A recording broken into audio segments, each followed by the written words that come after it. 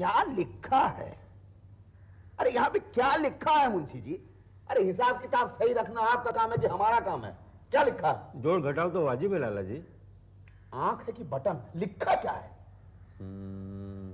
20,000 रुपए। वकील साहब हम कह रहे थे ना कहीं कुछ गलत है। मुंशी बाबू ठीक कह रहे हैं लाला जी। अरे ऐसा कैसे हो सकता है?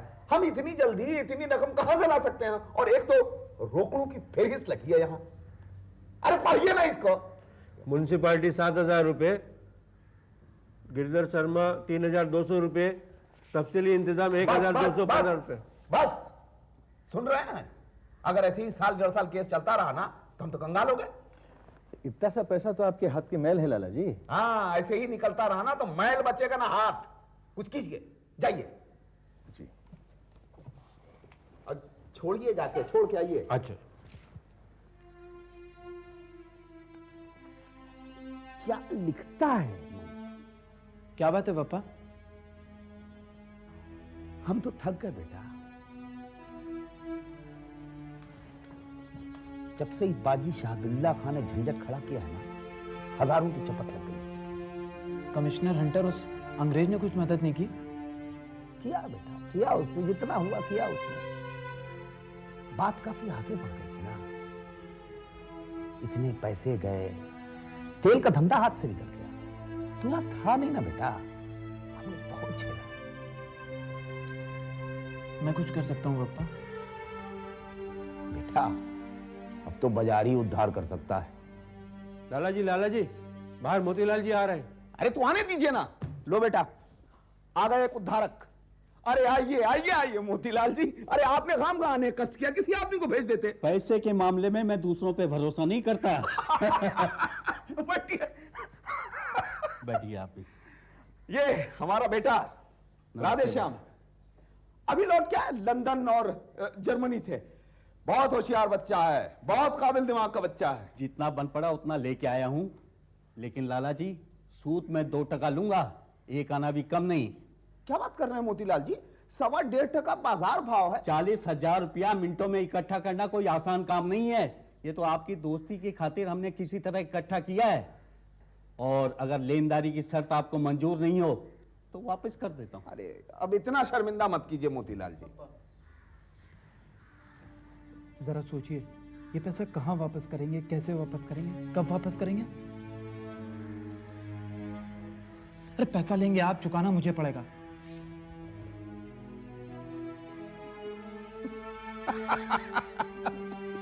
बच्चों को विलायत भेजने में यही घाटा है मोतीलाल जी। सवाल बहुत करते हैं। लेकिन मुझे बहुत पसंद है।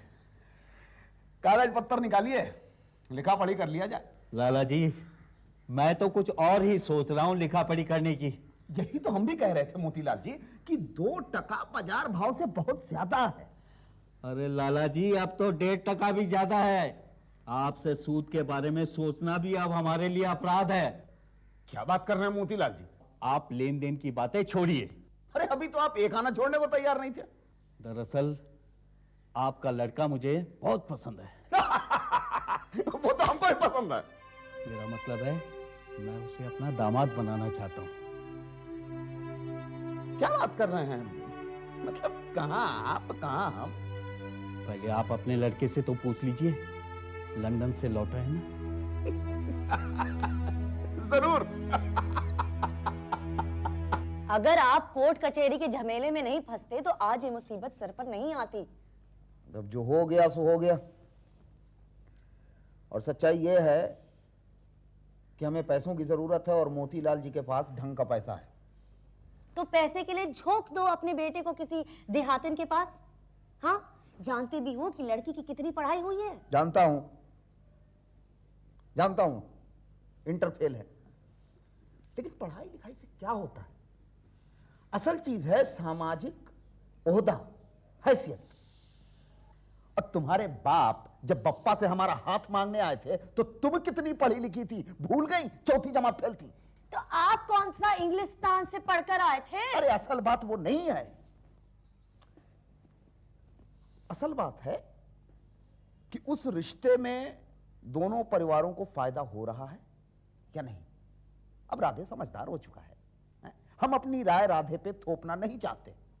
लेकिन हम इतना जरूर चाहते हैं कि राधे बनिए की औलाद होने की हैसियत से उसे अपना नफा और नुकसान की समझ हो। तो आपके नफे के लिए राधे किसी गवारन के गले में हार डाला है। अब चबर चबर करती रहोगी या राधे को भी बोलने दोगी? बेटा तू बोल बोल। बेटा सोच समझ कर बोलना। पैसों का अच्छा कारोबार है और तेल के 2 मिलों के मालिक हैं मोतीलाल। और साथ में 3 जाहिल बेटे और 1 गवार बेटी भी पैदा की। बेटा गाढ़े जरूरत के वक्त इससे अच्छा रिश्ता नहीं मिल सकता। जरूरत आपकी है मेवालाल जी, बेटे की नहीं। मैंने फैसला कर लिया। तो तू शादी नहीं करेगा ना बेटा?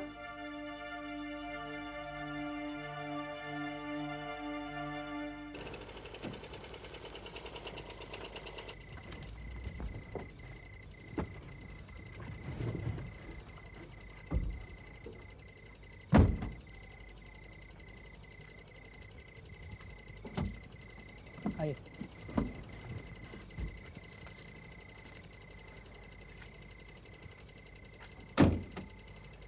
ये लीजिए, पूरा दिन निकल गया इस काम में।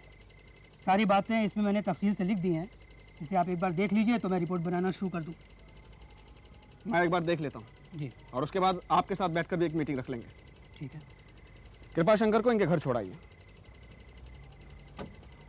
अरे हाँ, याद आया, आपसे एक आदमी मिलने आया था। मेरा मतलब है आपके अतीत से मिलने आया था। मैं कुछ समझा नहीं। जग्गा, यही नाम बताया था शायद उसने अपना। जग्गा? घबराइए नहीं, मैंने उसे आपके बारे में कुछ नहीं बताया। कोई पुराना साथी है? साथी वाती नहीं, मेरा एहसानमंद है। पता नहीं फिर क्यों चला आया मेरी जिंदगी में। अरे कोई जरूरत पड़ गई होगी, आप उससे एक बार जाकर मिल आइए। ऐसे लोगों की ज़रूरत क्या होती है और वो लोग अपनी ज़रूरतें कैसे पूरी करते हैं, ये मैं अच्छी तरह जानता हूँ। हाँ, आप भी तो उन्हीं में से एक थे। था, पर अब नहीं हूँ। पर ये लोग मेरा पीछा क्यों नहीं छोड़ते ये। लेकिन अब क्या करोगे? वो तो कल भी तुमसे मिलने आए। कल वो यहाँ मुझसे मिलने नहीं आएगा। नहीं। हाँ, उसने आपको अपना पता दिया था ना, वो आप मुझे दे दीजिए। तुम खुद जाओगे उसके पास? नहीं, मैं कुछ लोगों को भेजूंगा वहाँ अभी। देखो, मैं नहीं जानता कि तुम क्या कदम उठाने वाले हो, लेकिन एक बात याद रहे कि अब तुम हमारी कंपनी से ताल्लुक रखते हो और कल को कोई हम पे उंगली उठाए, ये बात मैं हरगिज बर्दाश्त नहीं करूंगा। आप बेफिक्र रहें जयसुख भाई।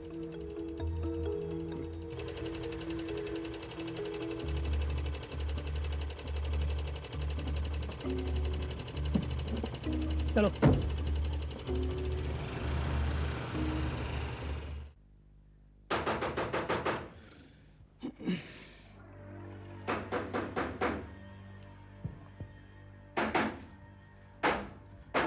जग्गा भैया, इतनी रात में कौन आया होगा?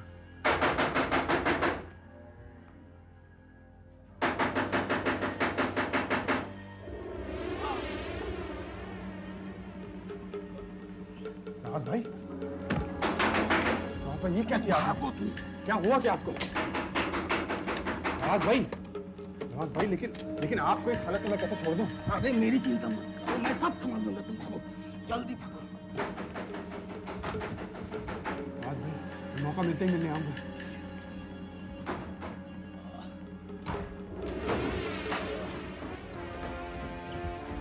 जग्गा, मुझे मार के यहाँ से भाग गया। कैसे भाग गए जनाब? चलो।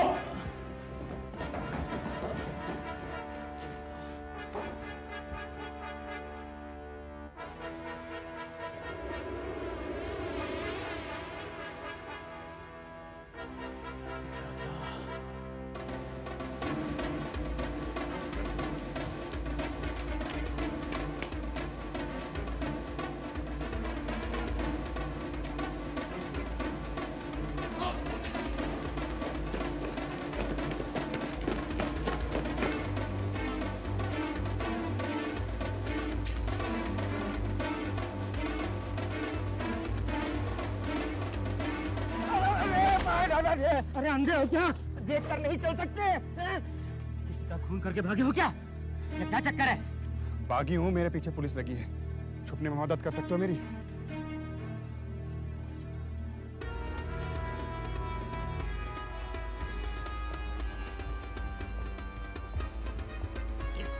कम वक्त हैंडल भी बड़ा ढीला हो गया है, कल ठीक करता हूँ। मंगतराम जी, आप यहाँ? हाँ भाई, अभी तक तो यही हूँ। तुम चाहो तो थाने ले चलो। हमें शर्मिंदा मत कीजिए नेताजी। दरअसल हम एक आतंकवादी के पीछे भाग रहे थे, वो भागकर यहीं कहीं आया हो। क्या कहा? आतंकवादी? अरे कहीं उस बदमाश के पास बंदूक तो नहीं है? खाली हाथ है, निश्चित रहिए। वो तो हमारी जरा सी चूक हो गई, वरना कब का हमारे हाथ में होता। अरे तो दौड़ो, भागो और पकड़ो उसे। अरे आतंकवादी शहर में छुट्टा घूम जाएगा तो शहर की शांति खराब हो जाएगी। जाओ दौड़ो दौड़ो दौड़ो, पकड़ो उसे और जेल में बंद करो। और सुनो, उसे बंद किए बगैर थाने वापस मत आना। बाहर आ जाओ।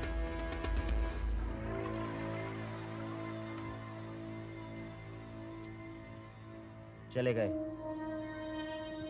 वैसे नाम क्या है तुम्हारा? चग्गा, चग्गा लोहार। मुझे मंगतराम कहते हैं, कांग्रेस का कार्यकर्ता हूं। अजीब बात है, कांग्रेसी होने के बाद भी आपने हमें पुलिस वालों को नहीं सौंपा। तो तुम आतंकवादी हो? अच्छा है भाई, भगत सिंह की फांसी के बाद तमाम मुल्क में तुम लोगों का ही तो हल्ला है। हम कांग्रेसियों के पास क्या है? बापू की दी हुई अहिंसा की बेरुखी और सूखी रोटी। जनता को उसमें कोई चटपटा मसाला नजर नहीं आता। सारे मुल्क में कांग्रेसी सरकार है, इससे ज्यादा चटपटा और क्या होगा? हमारा क्या है? हम तो दर दर की ठोकरें खा रहे हैं। शाम को यहाँ आए, सुबह पता नहीं कहाँ होंगे। सुबह अखबारों में तुम्हारी तस्वीर छपेगी, तस्वीर। और वो पुलिस वाले गली गली कूचे कूचे तुम्हें ढूंढते फिर रहे होंगे। ये बताओ, छिपने का कोई बंदोबस्त किया है? मालूम नहीं, हमारे लिए तो ये शहर अनजाना है। लगता है मुझे तुम्हारे छुपने का इंतजाम करना होगा। कहाँ? एक लड़का है, जबर सिंह, वही इस काम को अंजाम दे सकता है। आओ बैठो। आपको चोट तो नहीं आई ना?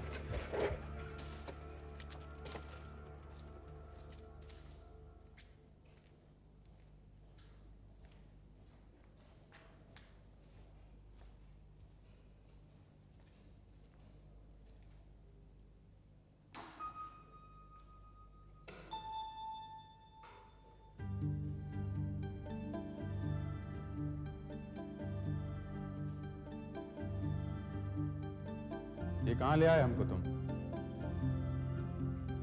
कुछ दिनों के लिए आपका ठिकाना यही होगा।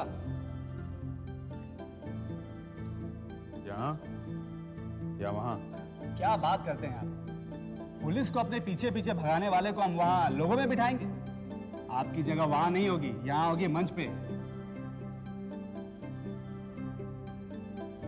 मलिक साहब अभी आते ही होंगे। मलिक कौन? वही जिनकी ये नाटक कंपनी है। तुम भी करते हो ये सब? मैं तो कांग्रेस का सेवक हूँ, अब फुर्सत मिलने पर थोड़ा यूनिवर्सिटी में पढ़ाई कर लेता हूँ।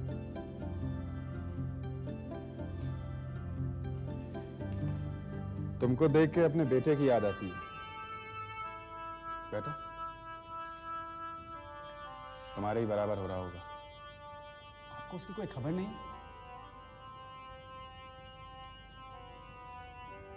खबर तो हमें किसी बात की नहीं है बेटे। 15 साल पहले सब कुछ त्याग के आजादी की लड़ाई में कूद पड़ा था। तब से यहां वहां बस बैल की तरह भाग रहा हूं। डकैती डाली, कत्ल किया, संगठन बनाया, संगठन तोड़ा। लेकिन अब लगता है जैसे खाली हमारी जिंदगी खराब हुई, बाकी कहीं कुछ नहीं बदला। कुछ खबर नहीं है हमें हमारे बीवी बच्चों की। आप मुझे उनका पता दीजिए, मैं उन्हें पत्र लिखूंगा और आपके इस नए ठिकाने के बारे में बताऊंगा उनको।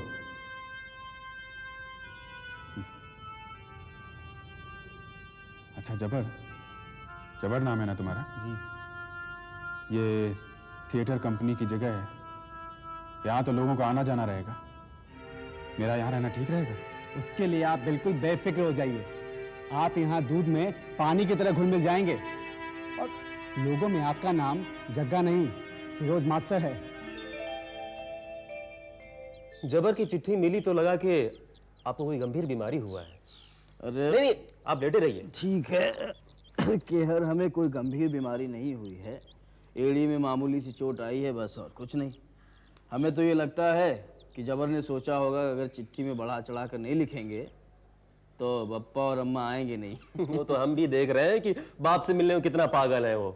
2 घंटा हो गया हमको आए हुए, जनाब का पता तो है नहीं। अरे भाई हमने ही भेजा था किसी काम से, आता आप उसकी तरफदारी करते रहते हैं हमेशा भाई जी, हमेशा करते रहते हैं तरफदारी उसकी। आप यहाँ बीमार पड़े हैं और जनाब गायब है। भाई जी जबर वो कोई बच्चा नहीं है। ओफो, यही तो हम कह रहे हैं केहर कि अब वो कोई बच्चा नहीं है। कहाँ है उसके पास फुर्सत इतनी कि हमारे पास बैठे दिन भर हमारी तीमारदारी करे। देखो केहर, यूनिवर्सिटी की पढ़ाई है यूनिवर्सिटी की, और ऊपर से शहर के जो कांग्रेस अध्यक्ष हैं गौतम जी, उनके बड़े चहेते हैं, ये विश्वास पात्र हैं, इकलौते। इतने सारे काम रहते हैं इनके सर पर कि खाने और सोने की फुर्सत मिल जाए यही बहुत है। ये भाई जी इतना जंजाल फैलाने की क्या जरूरत है? उसे कौन सा नेता अफसर बनना है आपकी तरह? भाई जी आदमी वक्त पर खाना ना खाए ना तो बीमार पड़ते देर नहीं लगता। और हमको इतराज नहीं है, काम धाम करे सब करे, लेकिन टाइम पर खाना तो खा ले कम से कम। अब इसका मतलब ये नहीं कि वो खाना नहीं खाता है, खाना भी खाता है और वक्त मिलने पर अखाड़े भी जाता है। हमको कोई भरोसा नहीं है उसका बात का भाई जी, कि पता नहीं कहाँ जाता होगा आपसे बोलकर। अरे सर मेरा ऊंचा पढ़ाई करे, हमको कोई शिकायत नहीं है इस बात से, लेकिन अपना स्वास्थ्य पर ध्यान रखे। हो इस उम्र में स्वास्थ्य पर ध्यान रखेगा तो सारा उम्र ठीक से बीतेगा उसका। तुम चिंता मत करो, अपनी आंख से देख लेना, उसका स्वास्थ्य तुम्हारे स्वास्थ्य से अच्छा है। लेकिन जनाब है कहाँ? तो चुप नहीं रहेगा?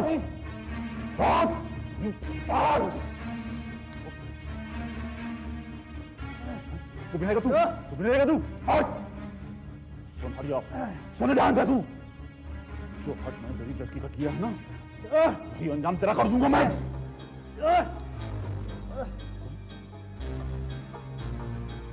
तुम यहाँ क्या करने आए हो?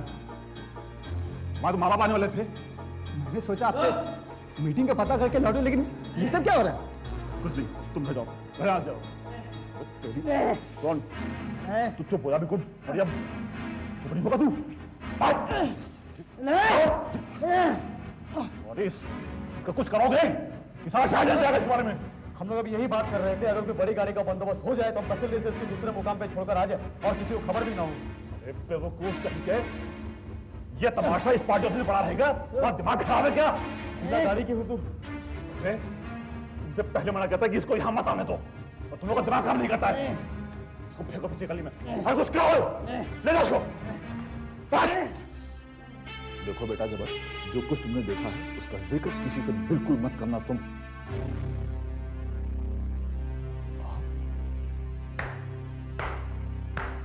वाह गौतम जी वाह भाई, आज आपने अपने इस पुण्य काम से पार्टी ऑफिस को धन्य कर दिया। हम तो समझते थे कि पिशाची हिंसा सिर्फ अंग्रेजों का काम है, मगर आज तो आपने अंग्रेजों को भी मात कर दिया। देखो मंगतराम जी, फिलहाल मैं आपका उपदेश सुनने के मूड में नहीं हूँ। आप नहीं नहीं गौतम जी नहीं, अरे आप अपना नेक काम जारी रखिए। हमारा क्या है, हम तो बूढ़े हो चले हैं, बक बक करने की आदत पड़ गई है हमारी। भाई आप जैसे राजनीतिज्ञों की वजह से ही तो इस शहर की राजनीति को एक नई दिशा मिल रही है। जबर सिंह जैसे होनहार नौजवानों को अच्छी दीक्षा दे रहे हैं आप। और बेटा जबर, अरे खड़े खड़े मेरा मुंह क्या देख रहे हो? इस नेक काम में अध्यक्ष जी की मदद करो, मदद, वरना कोई अखबार वाला आएगा और हम सबकी तस्वीरें उतार कर ले जाएगा। जाओ बेटा जबर, जाओ मदद करो अध्यक्ष जी की।